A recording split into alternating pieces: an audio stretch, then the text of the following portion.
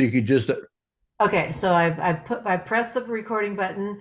I'm announcing that this is the Greater Brush Prairie Neighborhood Association meeting, and today is October 17th, and it is Jeff Cox, who is the interim president that has just been elected, that is running the meeting, looking for designated other board members. like we've got, look at what, see, we're about 16 people, maybe more. Yeah, so, if I would encourage people to be involved as much as you want to be, because honestly, association like this is hard for one person, two people, three people to address all the issues that face our neighborhood, as well as we want to also encourage the neighborhood to have civic events. We used to have a Greater Brush Prairie Neighborhood Association parade, and that was back in 2018 was the last one of those. So there's all kinds of activities, and so if you're interested in that type of thing, then we need, it'd be great if we could somebody could organize something along those lines. So this isn't it's an all-encompassing neighborhood association. It's not one issue specific, even though at times one issue does tend to uh, become more apparent than others. So anybody have any thoughts, comments, volunteer, or if you don't want to say so right now, you could email me on our email address, which is, I don't have it memorized yet. Let me see if I can have it right here. Kat, can you just say what it is, or off the top of your head? Maybe Kat's gone already. Oh no, I'm here. You're looking for the Greater Brush Prairie? Yeah, Greater Brush Prairie Gmail account. Yeah, I'll put it in the chat along with the this newsletter sign up link. Okay, very good. Awesome.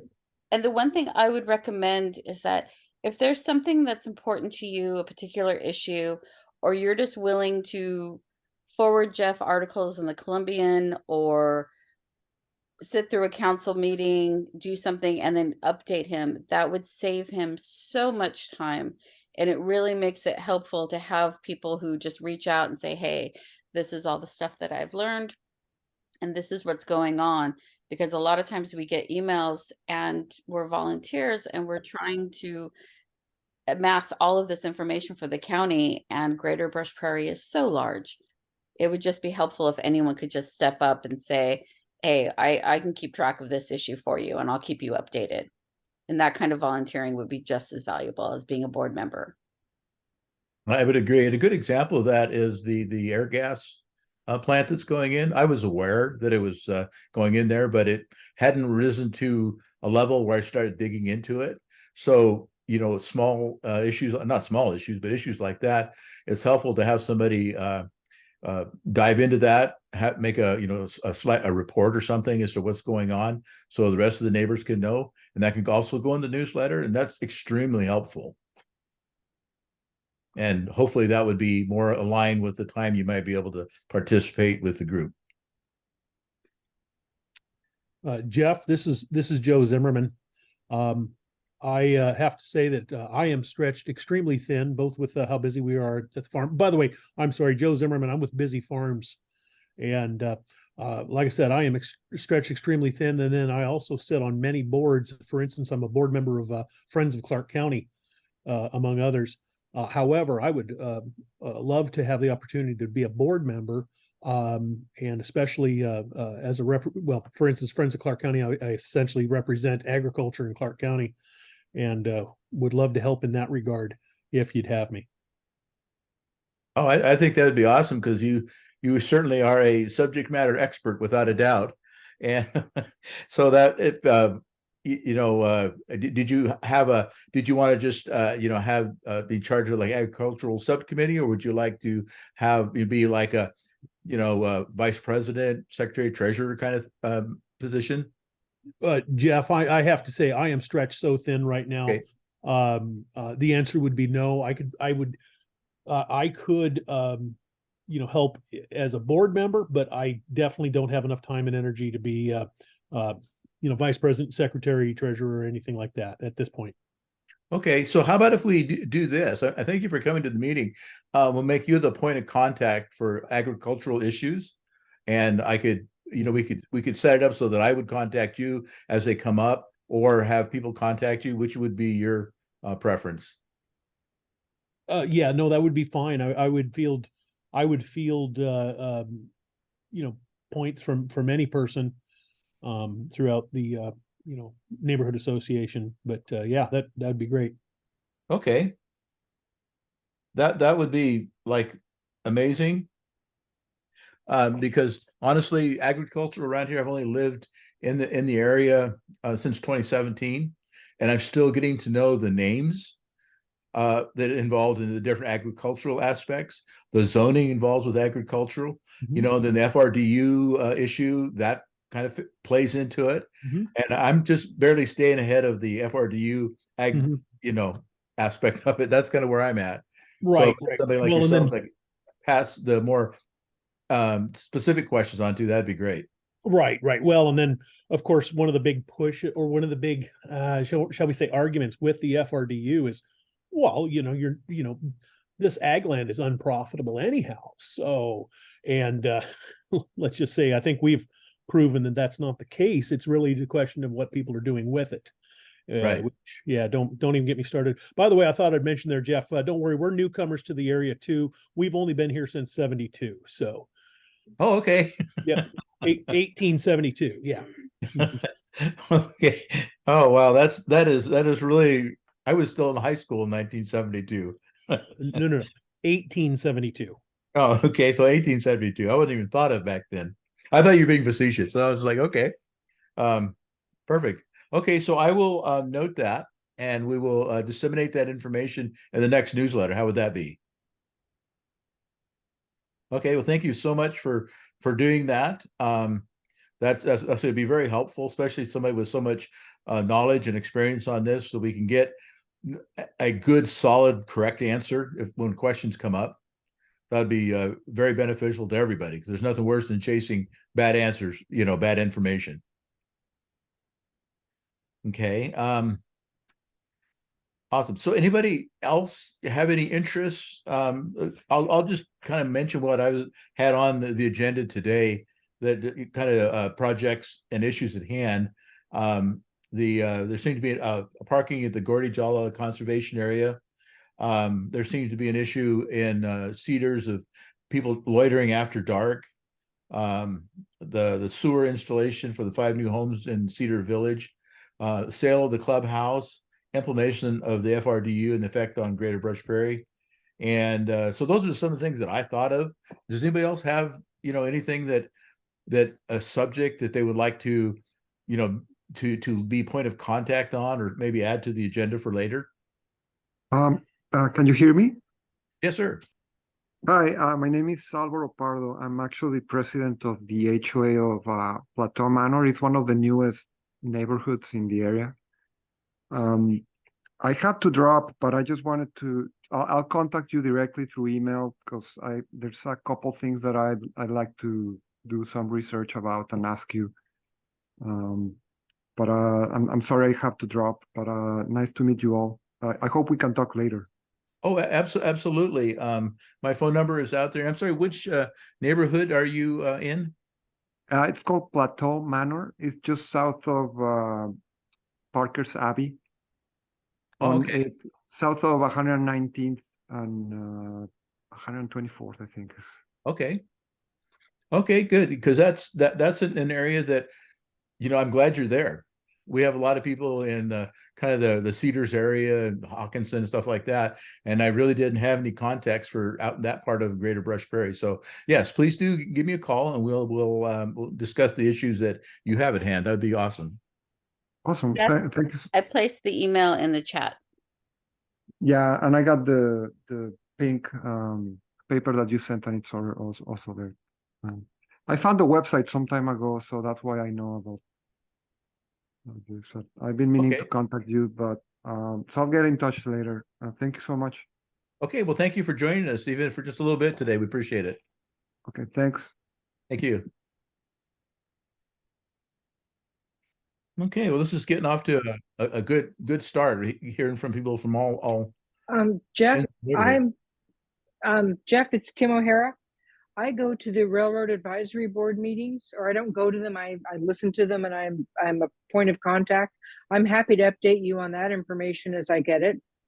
If it's anything important related to the FRDU. That would be awesome. You were on the 4-person subcommittee, weren't you? Yeah. Yeah, okay. Yes. So you Yes. know who's who and all that. So that's great. I'm aware, and they know me. So Yeah. Very good. That so would be I'm awesome. happy to keep you updated on that information when they have it. I missed the last one because I was away, but I've gone to I'm a part of all the others, and I'm on the mailing list most importantly. So Mhm. I get the information. So Okay. happy to do that. Oh, awesome. That'd be great, Kim. That's an area that, when you kind of prioritize things, it's like that kind of falls to the bottom because we kind of know who they are, what they're about, so you can almost predict what they're going to say. So True. there's somebody just to hear what they say, what they do, and be on top of that would be perfect. Happy to do it. Okay, thank you. Okay, Jeff, we do have Brian Kessel, the deputy sheriff, checking in this evening. If Okay. you wanted to get a report from him. Yes, please. I think that'd be great. So, good evening, Brian. Glad you could join us today. I would love to hear what kind of report you might have. So I guess I would ask, do you live in the area, or is this just an assignment that, assigned area? So I actually live in Battleground. I'm the chief enforcement deputy for the sheriff's office. So Sheriff Ford couldn't make it tonight, so he had asked for me Okay. to attend tonight for our administration. So I work out of our headquarters downtown. Don't get out on patrol much. I try to get out on Wednesdays to see the folks and get out in the field a bit. So. Oh, okay. So you're very familiar with at least the north end of the greater Brush Prairie then. Yes. Yeah. Okay. For sure. I think the biggest updates for us is that we've been able to really work on our staffing levels. They're getting up there. We really had quite a crisis going the past 2 years. We're seeing a lot of people come through the academy, come through our hiring process, and we're finally getting to numbers that we'll be starting this next year. We'll be starting at about plus 15-ish on patrol, which that's a lot considering many nights we only have 8 or 6 deputies and a sergeant working for the entire county during our graveyard shift. So adding 15 bodies is huge out there for our patrol folks. Another big impact for that is, I'm sure you've seen that we're going to get our local regional academy, which we're hoping will get started. Initially, I was hoping to get started in the fall. It looks like more likely it'll get started in January, which will really allow us to get folks through much faster to assist us in continuing to increase those staffing levels.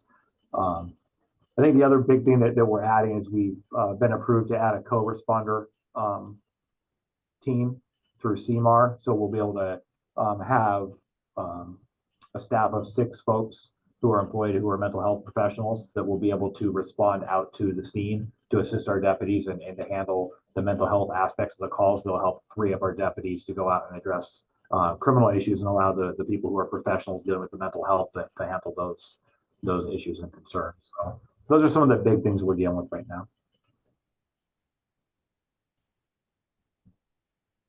Okay, very good. I appreciate being able to make your acquaintance there. So actually, it was just brought to my attention here that maybe we should go around the table and kind of introduce ourselves, because I'm sure, well, we know who Kim is, know who I am. Now we know who Brian is. So I guess, well, I don't know the best way to do this. Maybe other than just, turn your mute off and just speak up and introduce yourself.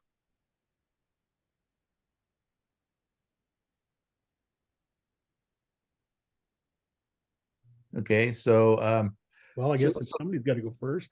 yeah, Kristen, can you give us a little update on your connection with this group? I guess is probably the best way to say it. Okay, I'm Chris Mangino, and I live here on 130th Circle. So I'm just 1 block off of the main road for all the school buses to go by over to Glenwood in that area. So I'm just off of 503. I can hear the traffic. I'm that close. I'm a widow now as of the last 7 years. So my son Kyle is here, and I'm interested in, well, I've always received the notes from Brush Prairie Association. Can't walk too well anymore at age 84. So you probably won't see me in person, but I got interested again here with that airco coming down the street. It's more than a traffic problem for us. It's going to be lowering our house values and everything. So, you know, Okay. I'm very concerned about that. So it's at some point, would you be wanting to maybe put together a little narrative with the issues that you just identified? You know, something in writing, you know, we could look at and, you know, have some conversation about. Yes, I probably can't be, you know, in charge of a committee, but I could get that first part started. And Okay. yeah, because, you know, they fought off one company there over in Brush Prairie itself. So I'd like it to move on. I'm surrounded by light industrial that by Winco, then over to my house was a farm, and probably Joe knows that. And now it's light industrial. So you know, we were watching that very carefully, but now with Airco coming the other direction, it's really annoying to say the Okay. least. Okay. Well, I would love some thoughts, you know, on that, your perspective on that. Mhm. You know, however much or little you'd like to provide, that would be great, because I really don't, I've only been here a short while, so I don't understand the you know, all the elements to this. So any you know, perspective I can get, I would be greatly appreciated. Okay, thank you. Okay. Then I see we have Gogi, there's a Gogi. Oh, we might have you muted. I just joined the meeting. This is David. Oh, I was hi David. I was I was just looking at a name that says Gogi, Goggi. I was just curious where you live. Yeah. That's Randy. Yeah. How's that? Hey, there we go. Yeah. I'm not real versed on the computer, so I couldn't find the unmute button. My name is Randy Goggin. I've lived in Brush Prairie. I think I moved here in '73. We currently raise hogs. I'm one of the 3 commissioners on the drainage district number 5, which encompasses pretty much all of to the east of 503 up to 159th, south to 99th. That's it. Questions? Okay, thanks. Hi, Randy. Oh, I didn't hear you. Maybe I couldn't hear you. It's Joe Zimmerman. turn Hi, that hi, off? Randy. All right. So we got Lindsay, I see you out there. So we just talked earlier. I can't hear you. I can't hear. Huh. No, let's see here.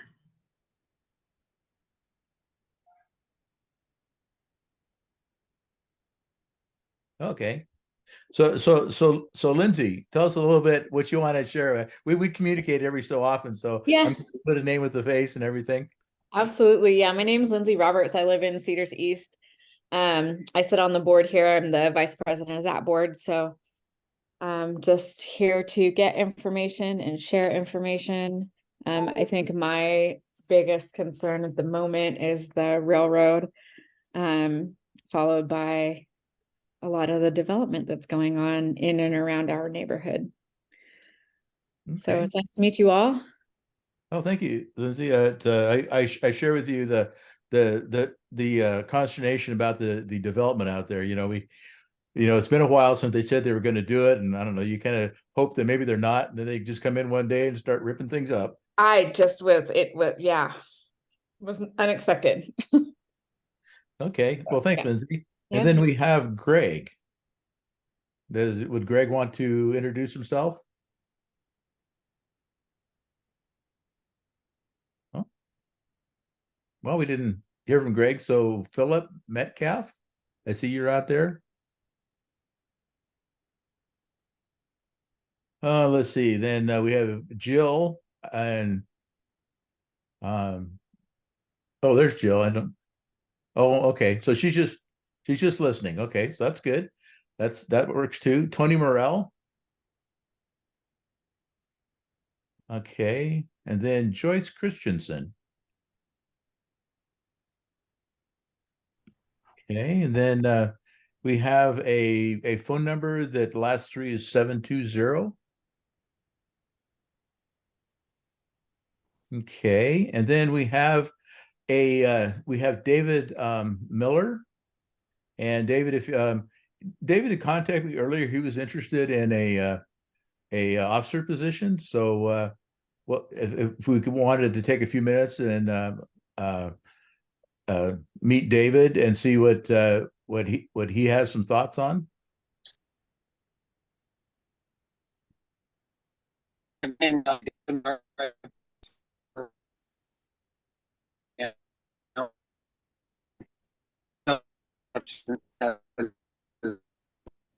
I'm very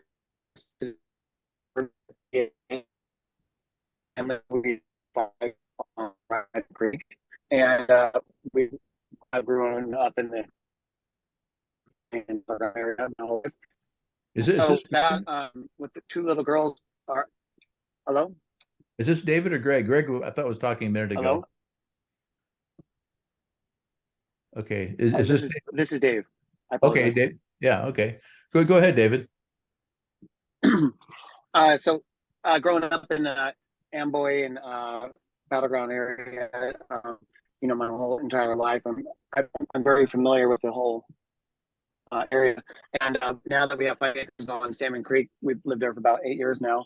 And I've been on several boards in the past. When this one came to the surface recently, I was quite excited because I definitely can outside the box and come up with solutions that most people don't even consider, and usually get results. On top of that, you know, I'm a general contractor, and I have a lot of resources with the city, and you know, with the permitting office. And on top of that, I have a very energetic person and have a lot of energy to contribute to the causes that that would need to be pressed. Okay, excellent. And so you're on Salmon Creek. I mean, so is that kind of roughly? You know, Salmon Creek kind of runs east and west. So, are you closer to more the east side or the west side? The west side of it, before you get to 72nd. Oh, okay. Okay, very good. Yeah, there's a hill. Yep, we've had multiple 5 acres there for a while, and we just recently let go of one of them. But we don't have any plans on moving soon. So we're right on the outskirts of Vancouver Battleground, Brush Prairie, right there in the corner. So. Oh, okay. Okay, very good. Alrighty. So I guess maybe we're a little bit off track. So the people that are in attendance here, is it does somebody want to, nominate David, or would we like to maybe visit with him some more later and go that route? What's everybody's thinking? I'll nominate David for vice president. Yeah, I think David is interested in that. Thank you. I would I'd second second. that. Okay, so we have a second. So all in favor? Aye. Aye. Any opposed? I don't hear any opposition, so that will carry. And so, David, you're now our Greater Brush Prairie Vice President. I look forward to speaking with you, and we'll kind of start formulating some ideas and whatnot. Excellent. I look forward to it. I definitely will be an asset to the neighborhood. So thank you. I do think so as well. Okay. So Joyce, you were there a minute ago. You had some video. I suspect you might be out in Hawkinson Way where the internet's a little spotty out there.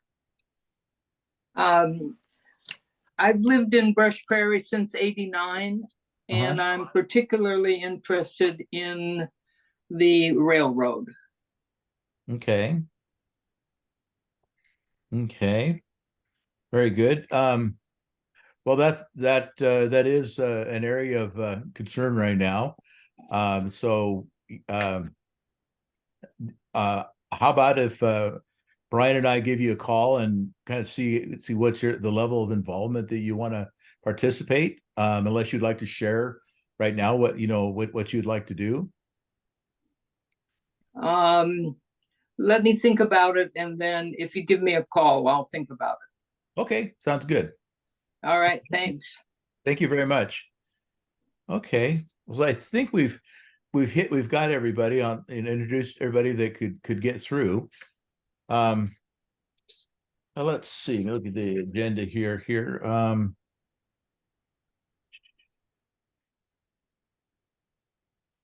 So we don't really have any new general business per se that I can think of, unless Kat has something she wants to bring up.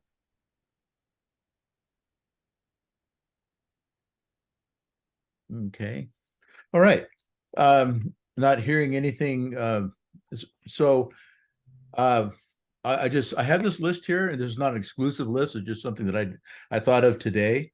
So it's been brought to my attention, specifically from the people in Cedars, that there's can be a parking issue there at the Gordy Jolma conservation area, because there really isn't any street parking to speak of, and it's become a little bit less of it now, because near the clubhouse there was some street parking, but they're putting in houses, and it's a bit tore up. So the only real parking that there is that the little turnout right next to the railroad tracks just before 181st and 152nd. I think what happens is a lot of people from the Cedars walk over there, so parking is not a problem for them. But I've seen a couple times where people are kind of parked in pretty tight there in that little turnout. Anybody have any thoughts on that, or with observations, or I don't know that what the solution is right now exactly. We do have the Cedar, or the old Cedars Clubhouse was sold, and that'll be developed. So there'll be maybe some parking issues. Maybe they should have enough parking to handle everything they do. But with a parking lot, I'm concerned that we're going to have people that are going to the conservation area that'll be parking in the clubhouse parking lot, and that could create a conflict. So any thoughts on that? Okay. I'm just curious, has there been a lot of parking issues as far as not enough parking? Is there a problem with them parking in the turnout? No, there's no that's kind of what it's there for. Yeah. It's just I've seen a couple times where the car, there'd be like maybe 5 cars there, and Okay. it becomes kind of tight in there. And then there are people that do park across the street near the duplexes. I don't know if they parking for the duplex or the conservation area, but I'm just wondering what people thought if that was a problem.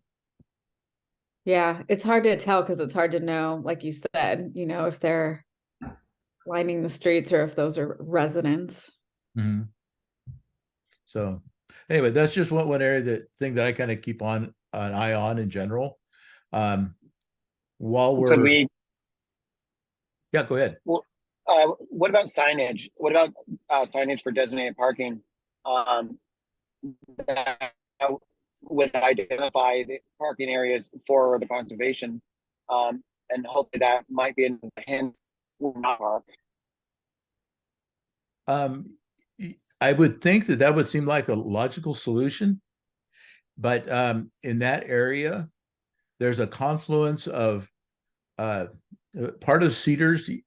When you get east of 152nd is county jurisdiction, county area, and then you get west of that, which is kind of where the turnout is battleground jurisdiction, and Cedars Village is a city of battleground. So that would be something that would probably, if we want to do signage, we would have to find out who would be willing to be responsible for that, because I honestly don't know if it'd be a county thing or a city battleground. My guess is city battleground, because I've kind of seen the line, and the city of Battleground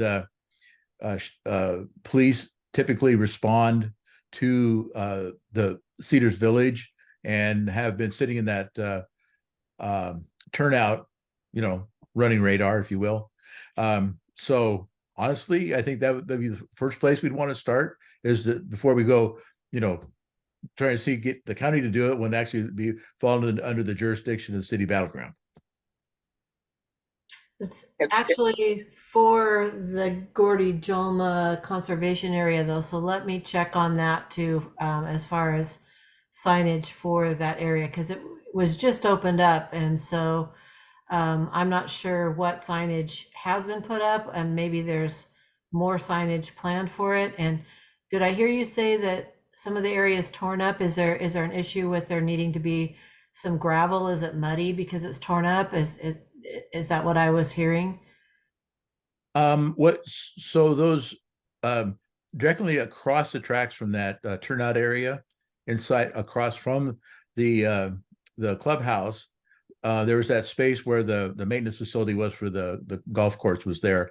That removed that. So they're putting in 5 houses right next to the railroad tracks there, and they're running sewer. City Battleground is running sewer to those houses.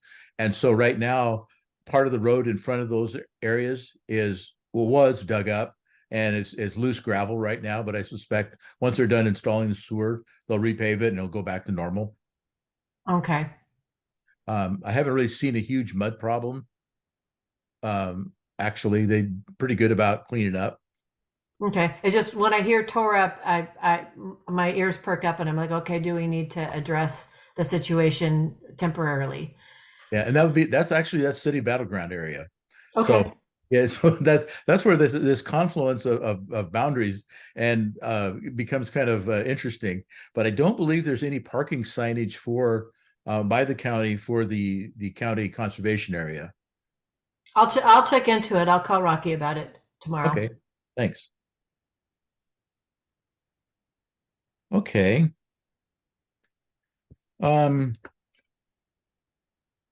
This is really great, because this is kind of what the neighborhood association is for, to address these things. So instead of trying to address them on Facebook, and typically nothing gets done via Facebook, so this is a great forum for addressing things like this.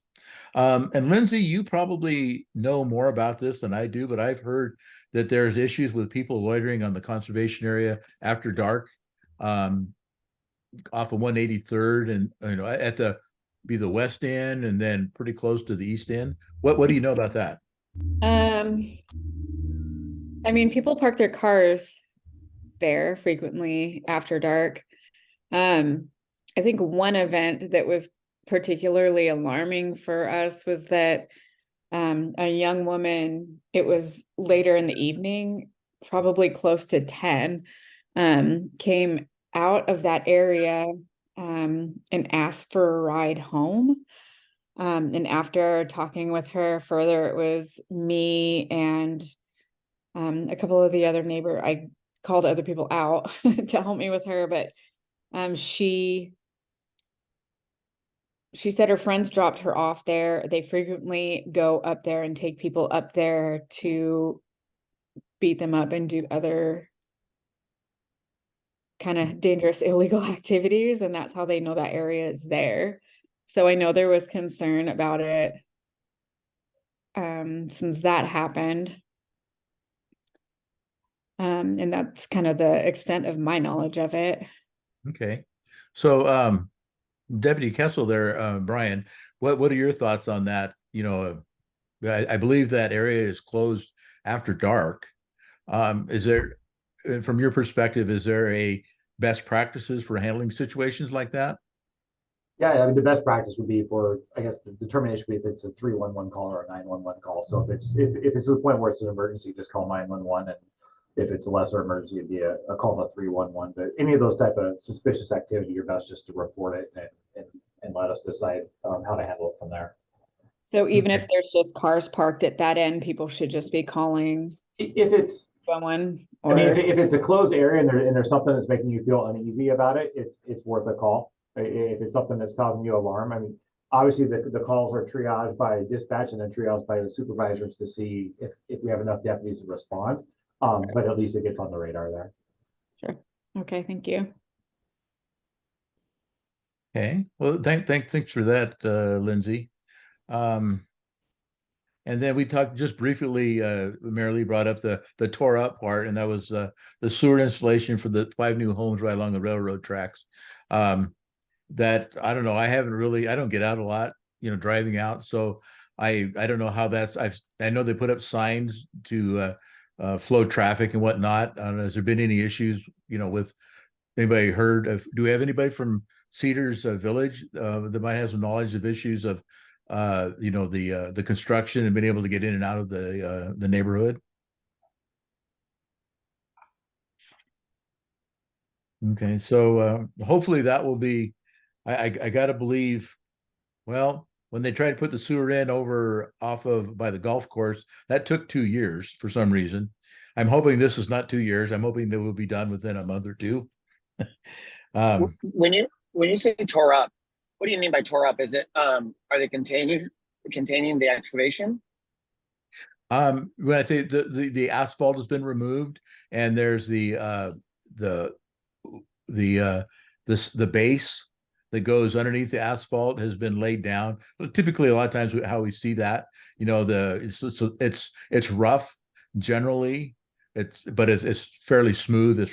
It's gravel, but it's fairly smooth. So, and there's a stretch probably, I don't know, maybe 100 feet long, and then it goes across the road over to the 5 houses. Do they have a silt barrier? Did they have a what? Silt barrier, so that for the water, so it doesn't go into the conservation. Do they have any kind of protection? I've seen some. I don't know if it's effective or if it's what's required. Yeah. So it just seems like any foreign water definitely should not be going into the conservation. Yeah. So that I would because this is just my estimation that because it does run downhill towards the conservation area, there is a curb there next to the conservation area. So I would think in theory, any runoff would go into the stormwater runoff near the conservation area. Be my guess. And then probably filtered before it gets there. That I don't know. I wouldn't even be a good way to judge that. If you wanted to take come on over, I could meet you over there and you could kind of give me some subject matter expert advice on that. I mean, I would like to know that kind of stuff just for general, because there's a lot of construction that goes on, and we know that like on the end of out in Cedars East now, where there's going to be those 30 homes that goes in there, and there's definitely going to be runoff issues there because that's wetlands. So I am certified with Cecil, so I can definitely educate you on that. Oh, that'd be awesome. I'd love to meet you. We could go look at both, and could be just a source of education for me, and then you can give me your understanding of what is going on. Yeah, it's usually the subdivision above the people that really create problems for the people below, and that's what I'm seeing here already. So I'm like, okay, hopefully they're taking the right measures to protect. Okay, perfect. Thanks. Yeah. We'll be in touch about that whenever it's a good time to do that. And then on a lighter note, the clubhouse was sold to a husband and wife team, and they have plans. This went on for a couple months. They tried to raise the money for it, but they were able to secure the funding, and so their goal is to turn it into a restaurant, have like a little gift shop there where the pro shop was, a drive-through coffee place, and then like a day spa, nail place, as kind of how they want to set that up. So that the restaurant and the gift shop will be upstairs. The spa facility won't come for a while because that's downstairs, and that's not been it's never been fully completed. It's as far as as the building goes. So they'll be working on that. And they also plan on right to the south of the clubhouse, there was that bare land. They intend to purchase that and keep that a green space associated with the clubhouse. So I don't know. I don't know, Lindsay, were you able to go to any of the meetings? I didn't really see any huge problems with what they were doing. I think it'd be an asset to our community.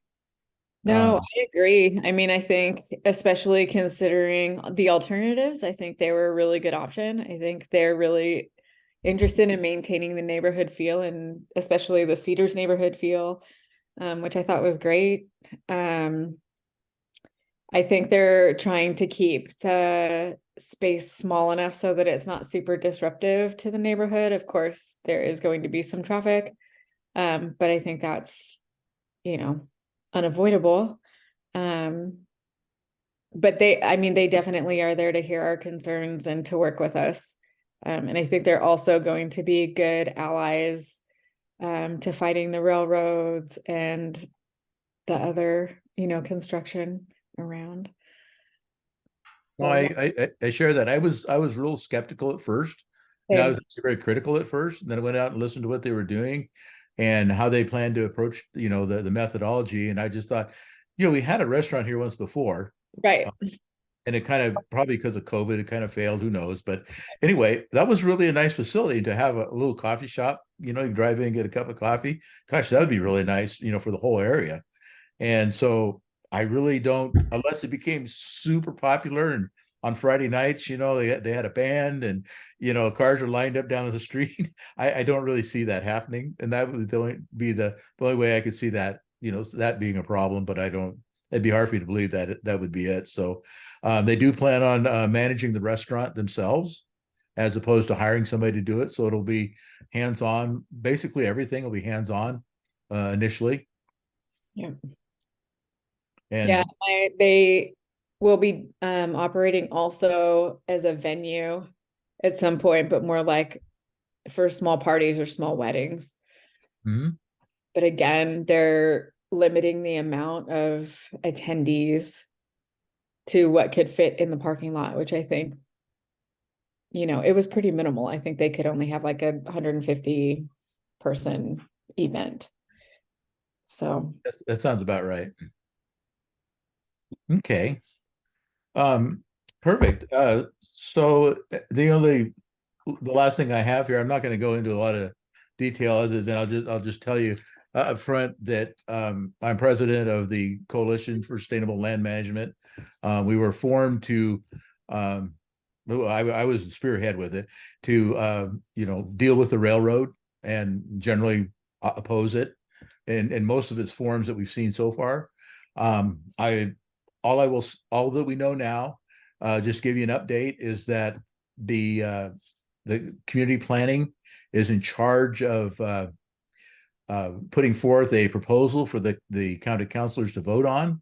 So for those that are on the west side of 152nd, Sue Marshall is your representative. Gary Medvedji for those of us on the east side of 152nd. So if you need to talk to somebody, questions, comments, whatever, those are your go-tos. And always feel free, if you contact your representative, to CC the rest of the counselors, because they're all looking at this. They all have different opinions on it. So currently the latest status of the proposal I heard is the freight rail dependent use overlay generally is the 400 acres be south of the Summit High School down to roughly Lauren Middle School area. You can go online and we can see the map of what it is. What changed last time is prior to that, they were only the proposal was to allow in light industrial. Now the proposal that is supposed to be coming to the counselors is to include heavy industrial. And I can go into that, much more, but currently the overlay adjacency, which is the important thing with the railroad, is 500 feet each side of the railroad. So if an industry comes in, is under the overlay and falls slightly within the 500 feet, that business can be placed there and zoned, light industrial, heavy industrial, or rail industrial. And there is a 1 mile buffer that has been drawn around the area that it could be expanded to, but at this point it's not. that's kind of just the the quick and part of it. There's much more to it. And so feel free to email me at the Greater Brush Prairie Gmail, or you call me on the phone, or our the coalition's website is cslm.us, not com or org or anything like that, and we can make contact that way. So Jeff, do you know, can I ask a question? Do Mhm. you know when they're going to be, when that presentation is, the proposal is going to the council, and when they're going to be talking about it, or public hearings, or what their next steps are for that? Because putting in heavy industrial is a big deal from light industrial.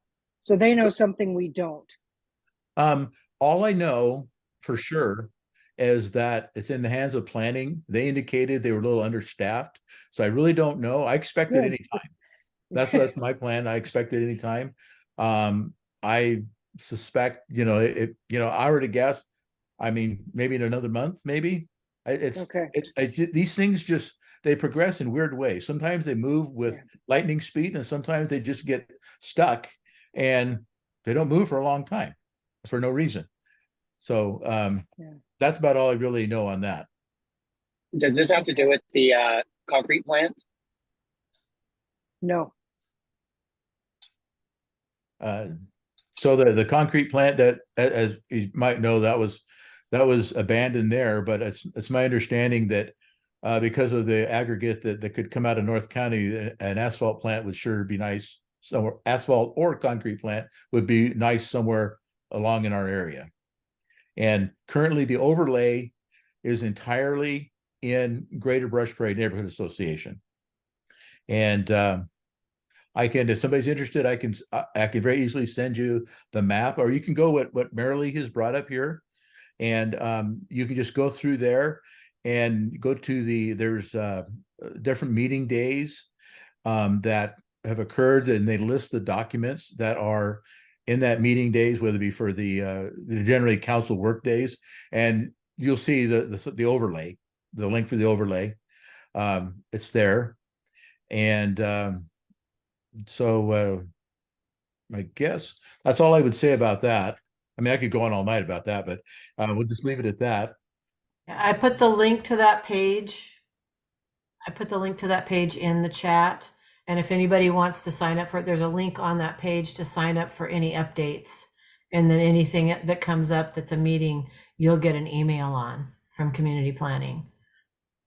So Marilee, I have one last request. I'm probably not the last request, but there's also another link. We get the development update that we get every week, by neighborhood association. I get that. I have no idea where I found it to get on with that. Do you know the link to that so people could get that? I don't know that right offhand. I'm going to have to look that up and send that to you to send out to folks.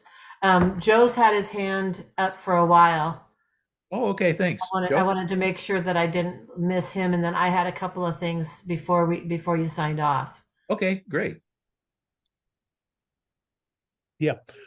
So here, let me get my hand down, I guess. Jeff, actually, you just touched on it. The first thing I was going to say is, I was going to bring up, when are we going to address the elephant in the room, being, of course, FRDU.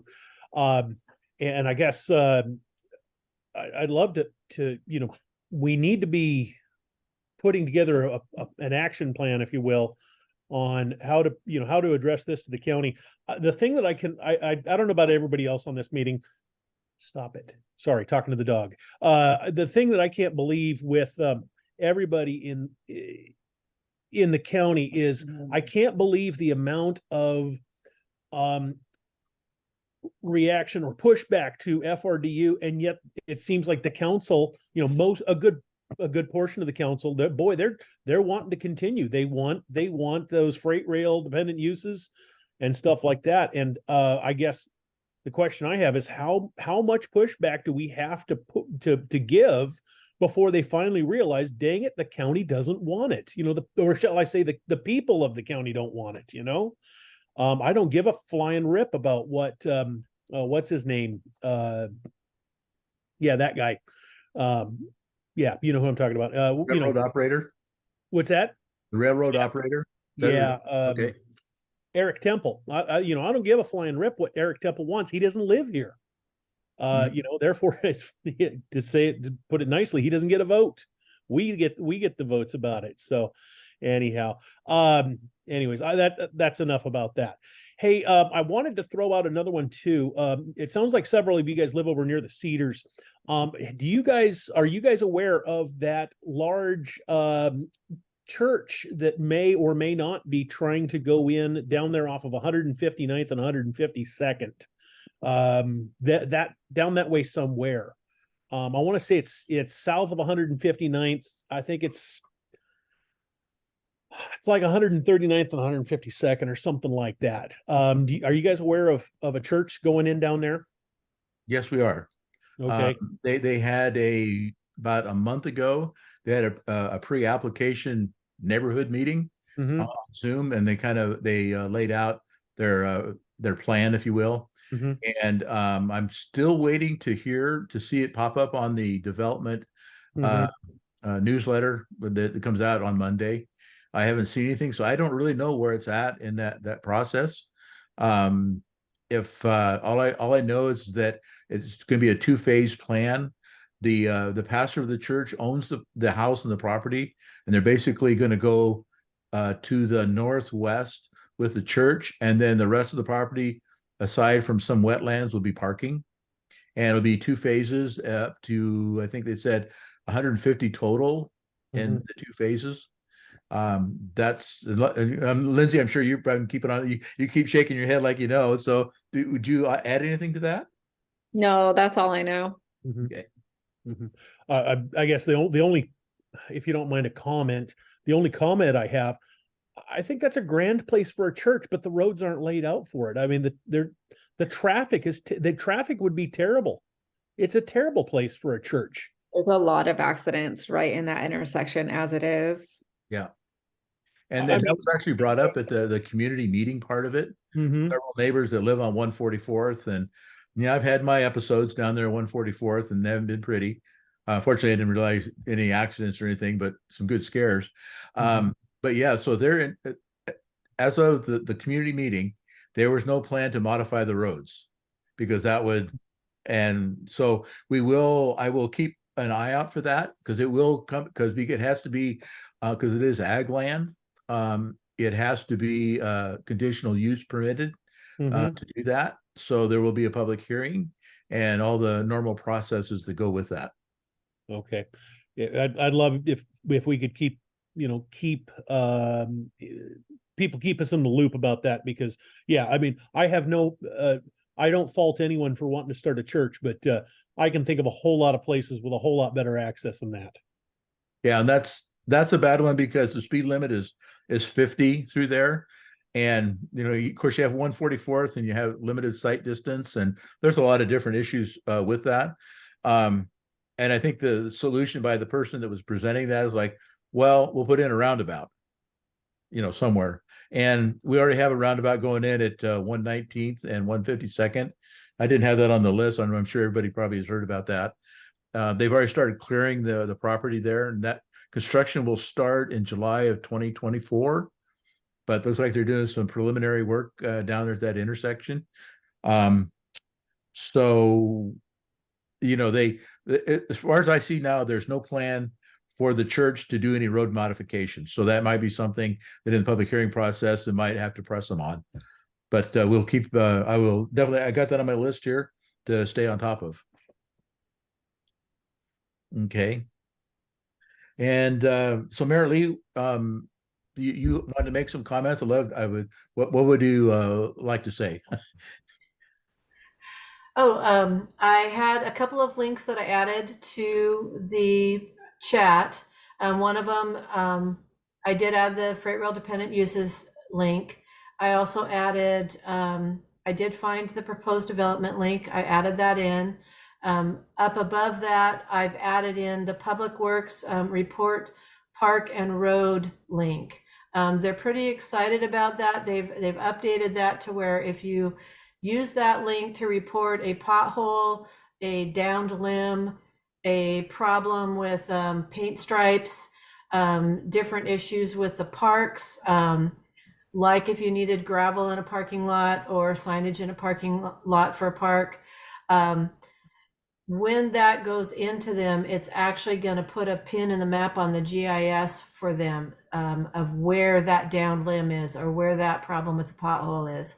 So they're hoping that that's going to help them respond even quicker to those issues. That would also be for like if a tree limb is blocking a stop sign or a speed limit sign, that's where to report that as well.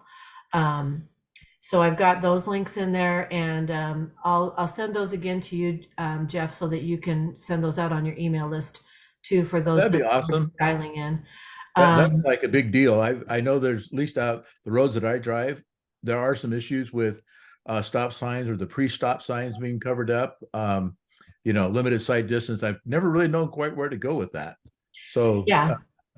that'd be And very I've turned in a couple of those for people that didn't know where to turn them in, and they've called me back and said within a day that the limbs are trimmed back. It seems to be the quickest way to get them taken care of, even faster than calling it in. And so so I've got those in there, and then just as a brief, you know, introduction to who I am and what I do, and why I'm here, like a little gargoyle at the top of your screen.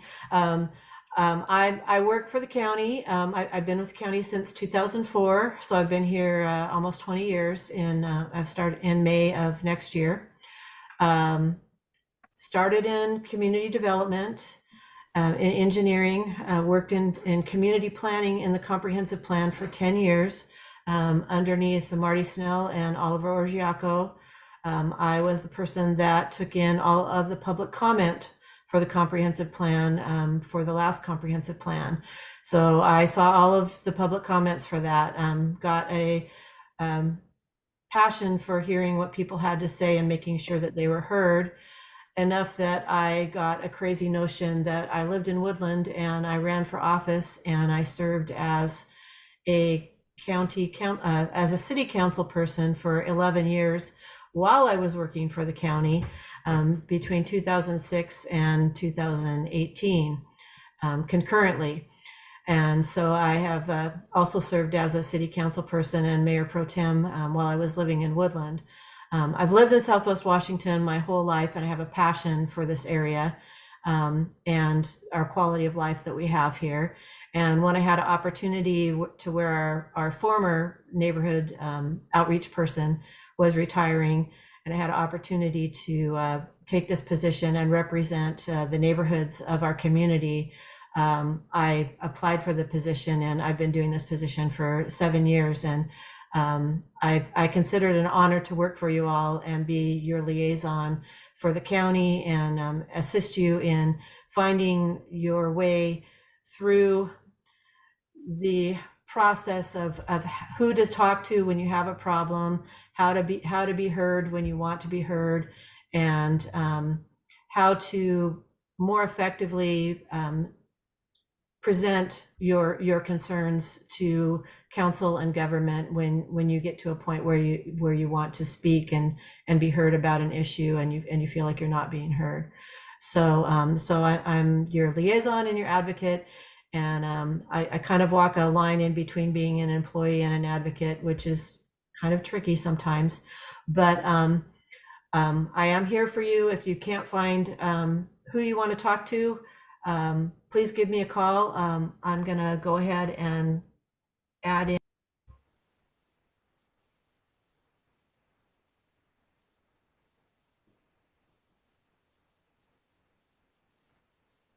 Marilee, I think you might have muted yourself when you did that. Oops, I've added my email address, my telephone number, and the neighborhood's webpage. There's a lot of information on the neighborhood's webpage. There's good neighbor information. There's some reference links for different ways to get information. And if on any of the reference pages, if there's suggestions that there's something that you wish was there that isn't there, let me know, email me, and if it's not there for a reason, I'll tell you why it's not there. And if it's something that I've neglected or didn't know about, I'll make sure that I get it up there so that other people know that it's there. All right. Thank you, Marilee. I guess, what you gave us a very good introduction of your history here. I guess I don't know how many people know me, but I actually moved here from Southern California in 2017. I've actually owned the home since 2015, and basically arrived when the FRDU issue flared up, and so of course I jumped right in the middle of that, and so and at that time I was actually the vice president of Greater Brush Prairie, but I was still working full time. And it just became overwhelming to try and do both. And so I stepped away from the VP position. And then that's kind of how I wound up back here as the president now, I guess.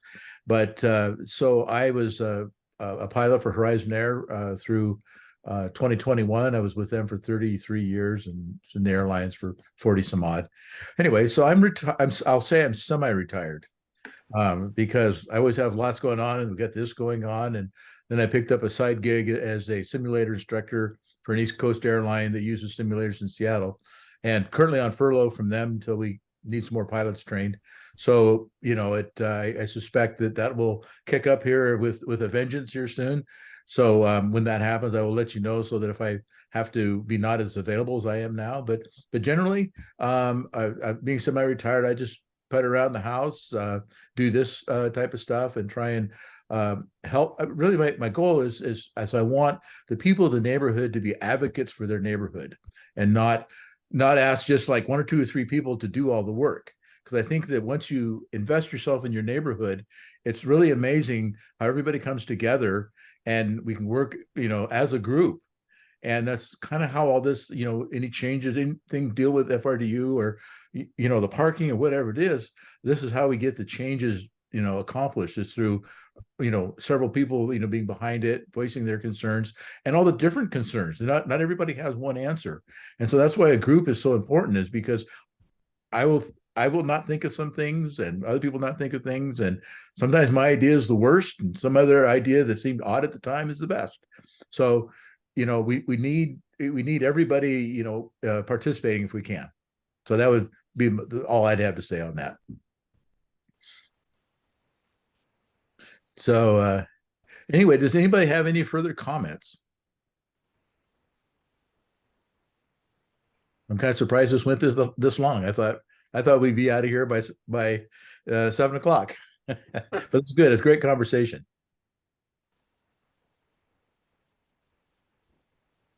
Okay, so I guess if you have any questions or you want to communicate with me, I'm going to update the return letter on the email with my phone number, which is, if you want to write it down, it's 206-450-2950. And y'all are here, so you obviously know the email address through the Greater Brush Prairie at Gmail. And feel free to reach out to me anytime. Hopefully I can be very prompt in the reply. If I generally, if I can't get an answer right away, I'll say, thank you for the email. I'm working on it. And then if you don't hear from me in 4 or 5 days, then, hit me up again. Can you repeat your phone number? Pardon? Could you repeat that phone number? I got the beginning and the end, but not the. Oh, okay. 206 450-2950. Thank you. Thank you. All righty. Very good. Thanks, Marilee. Okay, well, if there's no anything further, we'll consider the normally to get a motion to, I don't know what finish the meeting or whatever, close the meeting. But I don't think we need to do that. I'll work on my Robert's Rule of Orders. I haven't done that for a long time. Thank you, Jeff.